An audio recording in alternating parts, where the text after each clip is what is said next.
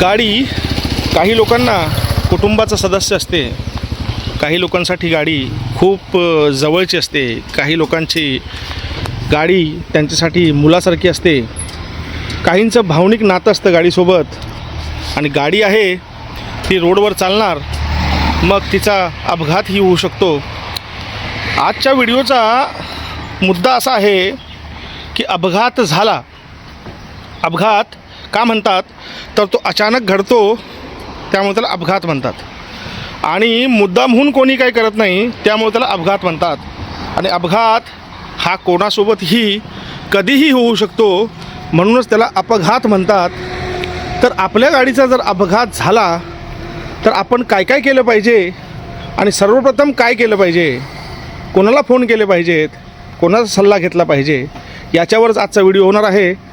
खूप अशी जेवढी शक्य होईल तेवढी मी माहिती देणार आहे की प्रसंगावधान राखून आपण काय काय कामं केली पाहिजेत, जेणेकरून आपली प्रोसेस सरळ होईल. चला पाहूया. दिवसा अपघात झाला तर खूप लोक थांबतात मदतीसाठी. कोकणासारख्या विभागाची गोष्ट करतोय मी. कोल्हापूरलाही खूप लोक मदत करतात आणि अपघातग्रस्तांना हॉस्पिटलला पोहोचवण्यासाठी मदत करतात. त्रास कधी होतो, ज्यावेळेला रात्री अपरात्री अपघात होतात आणि जेव्हा आपली काही चूक नसते आणि कुठल्या तरी समोरच्याची चूक असते, त्यावेळेला तो पळून जाण्याचा प्रयत्न करतो. आता ही गाडी रात्री 1:30 वाजता 12 ते 1च्या दरम्यान, 12, 1, 2, 1:30च्या दरम्यान काहीतरी असेल ती.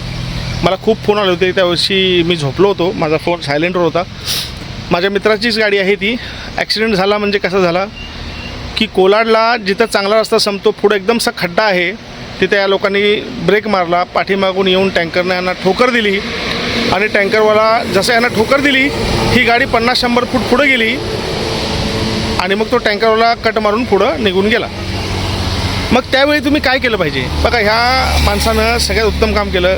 सगळ्यात अगोदर पाहिलं आपल्यातल्या लोकांना काही लागलं आहे का. आता तुम्ही लक्ष देऊ नका, काय प्रोसेस आहे. अपघात झाला की सर्वप्रथम पाहणे स्वतःला काही लागलं आहे का, सहप्रवाशांना काही लागलं आहे का, हे सगळ्यात महत्त्वाची गोष्ट आहे. लगेच त्याची चूक आहे म्हणून गाडी बाजूला करून उतरून दादागिरी मारामारी असे प्रकार करू नयेत आणि कोणीच करू नका. आपल्या गाडीचा इन्शुरन्स आहे ना, आपण रस्त्यावर आहोत ना, अपघात झाला तो का झाला हा विषय नाही आहे. अपघात झाल्यानंतर आपण काय केलं पाहिजे हा महत्त्वाचा विषय आहे. आता आपल्या गाडीचे पेपर ओके आहेत म्हणून आपण गाडी चालवतो रोडवर. अपघात झाला की सर्वप्रथम पाहणे की आपल्या लोकांना काही लागलं आहे का, मला काही लागलं का. नसेल मग उतरून सर्वप्रथम समोरची गाडीची कुठलीही असू दे त्यांना काही लागलं आहे का पाहणे, त्यांच्याशी वाद घालू नये. आणि सर्वप्रथम ॲम्ब्युलन्सला फोन करणे, जे टोल फ्री आहे. आणि आजकाल अपघात महाराष्ट्र शासनाच्या गाड्या फ्रीच आहेत. बरं, कोणाला लागलं नसेल, समोरच्यानाही लागलं नसेल, मग आपण सरळ पोलिसांना कॉल करणे. लोक घाबरतात की पोलिसांना कॉल केला की कोर्टात जावं लागेल, वेळ जाणार. खरं प्रायव्हेट कंपन्या ज्या आहेत ना इन्शुरन्सच्या, ती लोक 1,00,000-1.5 लाखाच्या वरती जर क्लेम असेल तर तुम्हाला मग त्रास देतात. मग आपण कमीत कमी पोलिसांकडून अपघाताची नोंद घेणे फार गरजेचं आहे. जर नुकसान मोठं असेल तर, लाखाच्या आतलं असेल तर नो इश्यू, आपण ओन डॅमेजमध्ये पण कार होऊन जाते.